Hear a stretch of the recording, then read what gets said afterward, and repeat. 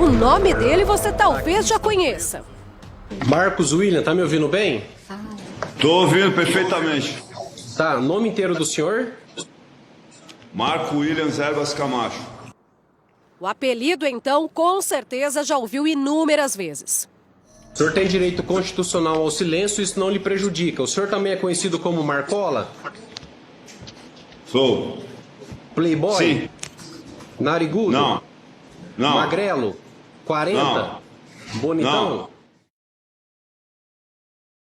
Para o mundo, ele é considerado o líder do primeiro comando da capital, o PCC, maior facção criminosa do país. O senhor é acusado de integrar a organização criminosa Primeiro Comando da Capital. O que você ainda não sabe é que Marcola nega o pesado título que carrega. Você faz parte do PCC? Não. É integrante do PCC? Não? Não. São revelações de um vídeo que será mostrado agora pela primeira vez na televisão. E tudo vem à tona depois de um plano divulgado pela Polícia Federal. Segue a linha comigo. O clima na cidade de Porto Velho, em Rondônia, onde Marcola cumpre pena no presídio de segurança máxima, ainda é de tensão. Viaturas rondam as ruas após a divulgação de um plano de resgate quase perfeito. Ontem, o dia ainda nem tinha amanhecido quando policiais federais invadiram a mansão da esposa do maior traficante do país, em um condomínio em Carapicuíba, região metropolitana de São Paulo. Mandados de busca e apreensão também eram cumpridos em Mato Grosso do Sul e Distrito Federal. A operação tinha como alvo o grupo suspeito de arquitetar a fuga de Marcola e outros líderes do PCC. O grupo, que pretendia resgatar a cúpula da facção de dentro dos presídios de Brasília e Porto Velho, tinha 3 planos, de acordo com a Polícia Federal. O primeiro, intitulado STF, desenhava a invasão às penitenciárias. O segundo, batizado de STJ, envolvia o sequestro de autoridades do sistema penitenciário. E ainda tinha um plano suicida de uma provável rebelião, iniciada pelo próprio Marcola, com a tomada de um servidor público como refém. Tudo isso teria sido passado para os detentos através de mensagens codificadas transportadas pelos advogados. No Presídio Federal, essa regra é clara. Então, todos os advogados e todos os presos sabem que as conversas no palatório são gravadas. Por isso, a engenhosidade do crime, utilizou-se desses códigos para que, de alguma forma, não fosse captado pelo sistema que existe naquele presídio do teor da conversa. Pelo menos 4 defensores ligados à facção criminosa foram presos, suspeitos de integrarem o esquema. No vídeo de uma audiência em 2017, Marcola já era acusado de chefiar a criação de um núcleo jurídico para o PCC, ou seja, de ser o responsável por recrutar advogados que fizessem esse leve trás para os integrantes da organização criminosa. Ele, claro, negou qualquer envolvimento. Também não chefiou ou coordenou nenhuma célula jurídica da organização PCC? Nunca coordenei nem chefiei, conforme o Macarrão mesmo já falou, que é a testemunha de acusação.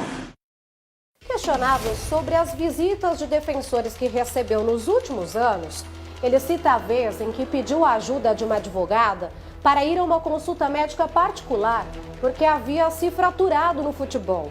E comenta sobre outra situação, no mínimo inusitada. Olha só. Uma outra vez que falaram que eu queria pôr botox, realmente eu fui atendido porque eu sofri um acidente de carro quando eu estava na rua.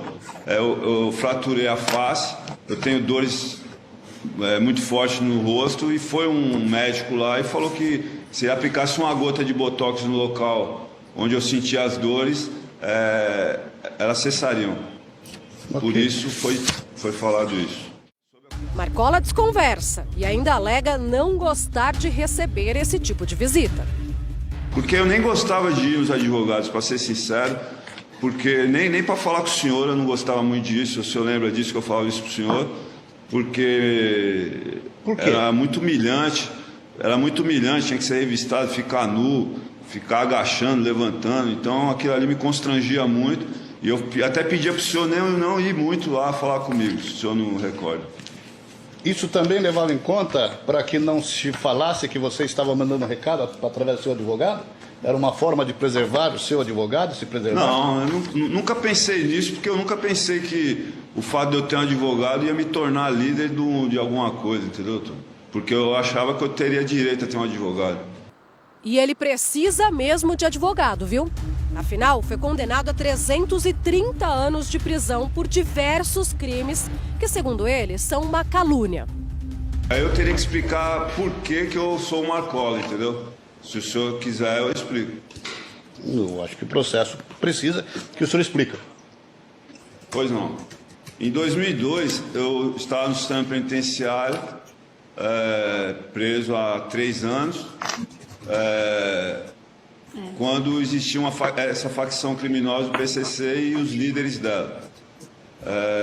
Eu era tipo um inimigo desses líderes do PCC, só que eu, como era um dos considerados na época um dos maiores assaltantes de banco do estado de São Paulo, esses presos, eles eram obrigados a conviver comigo sem fazer mal a mim. Aí eu tive um problema com esses presos que eram os líderes do PCC.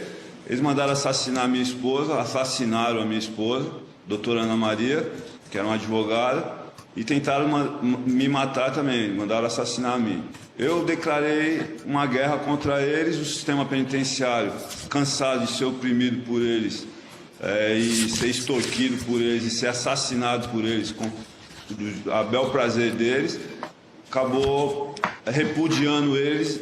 Quando eles foram repudiados, eu passei a ser visto pelo sistema penitenciário como o líder do PCC, entendeu? Porque já que eu tinha vencido os líderes, que eram o Jalelão e os outros que existiam, aí o sistema achava que por causa disso eu era o líder deles. Então Marcola não seria o grande líder do PCC? Pois é, segundo ele, não. E para provar isso, reivindicava uma transferência para um presídio de rivais. Vamos esclarecer. Eu acho que não há necessidade de se colocar na cadeia de oposição, porque isso fica um pouquinho pesado. Mas é seu desejo expresso nesse processo que você vá para uma cadeia neutra, onde não tenha nem oposição, nem situação, e que de maneira que você se livre desse estigma. É isso que você quer? Seria perfeito se fosse assim, mas eu estou disposto a ir para qualquer lugar que seja longe do PCC, para que não falem que eu sou líder do PCC.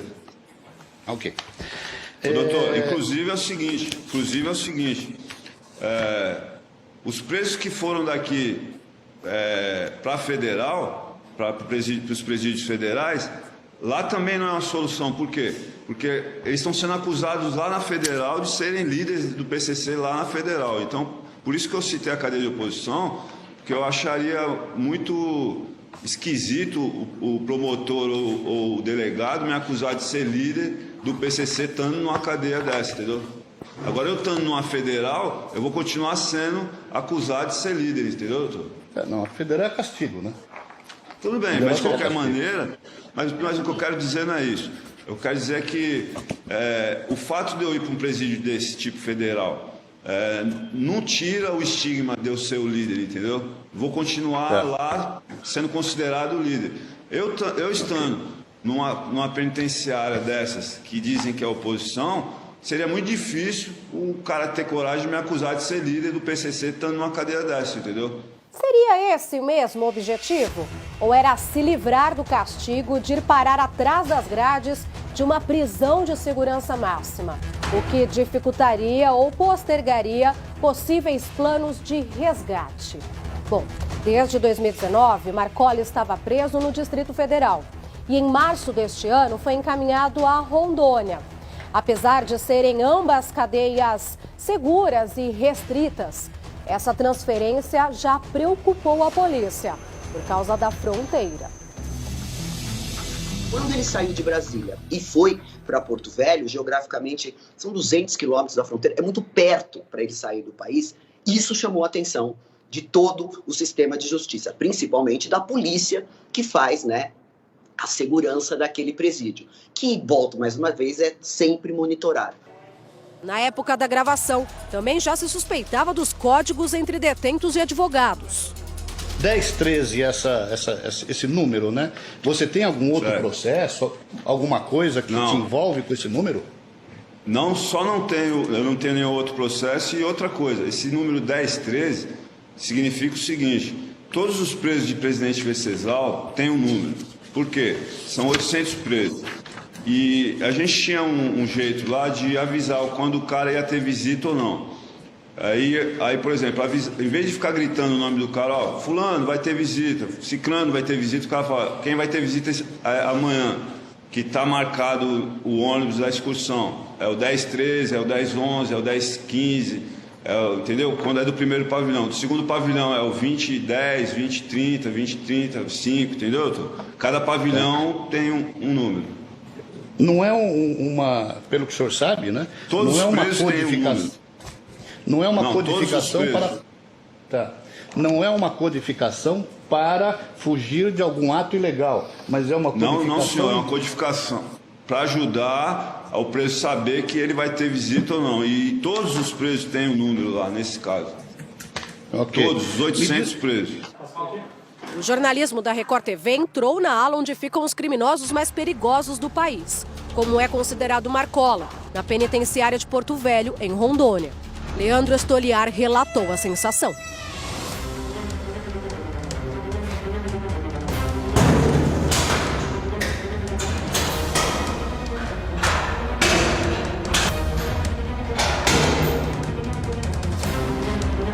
A cela tem 6 metros quadrados, tem cama, banco, um vaso sanitário, prateleira, tudo de concreto armado. O preso fica aqui, nessa cela, 22 horas por dia. O calor que faz aqui perto da floresta, muita umidade, faltar para respirar, muito quente.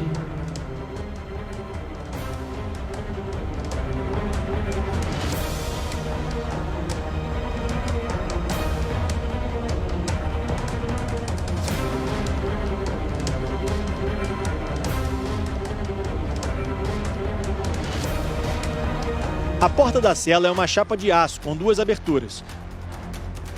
Do lado de dentro só há uma pequena saída de ar. O isolamento é total.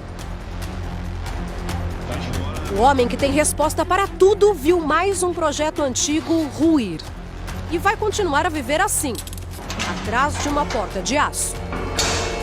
Do lado de dentro, só uma pequena saída de ar. Banho de sol apenas por 2 horas. Em isolamento total. Algumas regiões do país ficam com a programação local. Bom, falando em Marcola, vamos à conversa entre o Marcola e a esposa. Essa conversa foi interceptada pela polícia momentos antes de deflagrar aquela operação que aconteceu em São Paulo esta semana, no Mato Grosso do Sul, em Rondônia e também no Distrito Federal. O trabalho foi da nossa Fátima Souza e Percival comenta. Pode dar a conversa, por favor, aqui na tela. Daqui a pouco vai ter a reportagem abordando de maneira ampla, mas pode encher a tela, por favor, Edu. Marcola diz para a esposa: eu queria um favor do Dr. Bruno. Sabe por que eu estou pedindo um favor faz 3 meses para ele, como advogado, que cuida de instâncias superiores? Dr. Alexandre e ele não me dá nenhuma resposta sobre se o cara vai vir aqui me... Pode seguir. Requisitar ou não, entendeu? A esposa responde. Antes disso, ele continua, perdão. Então eu gostaria muito que quando ele viesse aqui, ele viesse com uma resposta já. Se o cara vai vir ou não. Porque aí eu entro em contato com outro, entendeu? A esposa Cíntia de Marcola diz: ah, tá.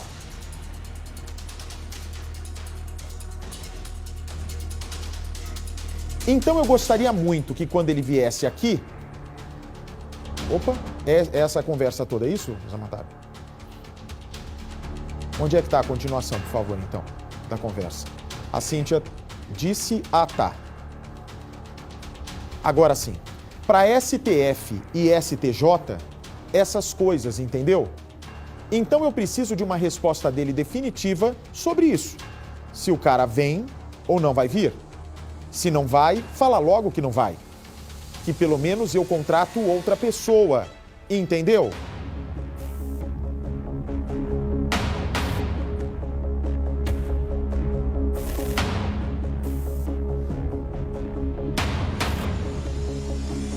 A continuação? Tô aguardando. E se o cara for? Qual a perspectiva do cara vir? Quando? Entendeu? Não esquece disso, por favor. Reforça ao Marcola a esposa Cíntia. Percival de Souza. Esse trecho, pode deixar a conversa só na tela, por favor. Esse trecho, né, pode botar ali desde o início, por favor, deixar a conversa girando. Quando ele fala STF e STJ, ele não está se referindo ao Superior Tribunal de Justiça e ao Supremo Tribunal Federal. São siglas utilizadas nessa operação. O que eles queriam dizer com STF e STJ? Pois é, Bate, o STF, que é normalmente a nossa mais alta corte de justiça, e o STJ, Superior Tribunal de Justiça, uma delas, o que ele quer dizer? Na facção criminosa, a cúpula, o poder maior, a instância maior, é conhecida como STF. O STJ, embora seja uma instância superior também, mas inferior ao Supremo Tribunal Federal, seria o segundo escalão da facção criminosa. E nas operações como a do resgate, tem o suicida, que é a versão para a organização criminosa de kamikaze. Ou seja, por que suicídio? Porque na operação de resgate, que estava planejada, certamente havia confronto com a segurança do presídio, haveria tiroteio e havia mortes. Portanto, parte dos integrantes que seriam recrutados, cerca de 100, veja só, 100, que isso haveria mortes, daí o kamikaze. E pela primeira vez, por causa da confiança dele com a Cíntia, ele cita nomes. O que quer dizer com essas palavras? Que assim como ele comanda todo o sistema da facção criminosa, ele quer o comando absoluto dos chamados sintonias de gravata, ou seja, advogados. Ele não admite que se tenha prometido que um advogado vá até lá e não apareça. Por isso que ele diz, ou vem ou não vem. Se não vier, eu contrato outro. Eu contrato outro. Veja só, Bart, quer dizer, ele quer o comando total, absoluta, inclusive dos gravatas, os advogados, Bart. O que me chama a atenção também, pode pôr a foto dos dois agora, Edu, é que a esposa é bem discreta na conversa, pelo menos nesse trecho obtido pela nossa produtora detetive de excelência, Fátima Souza. A esposa muito comedida, até porque qualquer passo dela está sendo monitorado. A polícia queria, inclusive, prender a Cíntia, o juiz não autorizou, mas, embora não tenha autorizado a prisão, a justiça determinou que a Cíntia passe a utilizar tornozeleira eletrônica. Qualquer passo em falso, ela vai direto para a cadeia, Percy. Exatamente, ela toma cuidado por isso, até porque ela tem um exemplo na convivência com o Marcola extremamente significativo. Ou seja, a primeira mulher do Marcola, anterior à Cíntia, que se chamava Ana Maria, foi executada por uma divergência dentro da facção. A esposa do Marcola, Ana Maria, foi assassinada e Marcola, dentro do presídio, determinou a morte dos executores.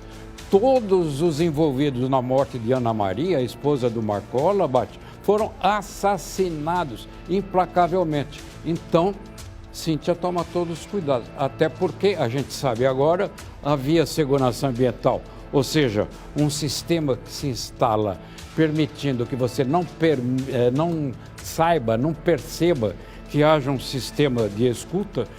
A escuta ambiental era feita no parlatório e, coisa que muitos presos não sabiam, havia uma escuta ambiental também dentro das celas, Então, aquilo que eles conversavam, fruto de muitas vezes de contatos com os pombos correios, os advogados que se prestavam a esse papel, passou a ser o conhecimento das autoridades. Daí a inteligência da Polícia Federal, ter descoberto todos os planos e efetuado as prisões e cumprido os mandados de busca em função dessas informações preciosas, Bate, que haviam sido obtidas. Bate.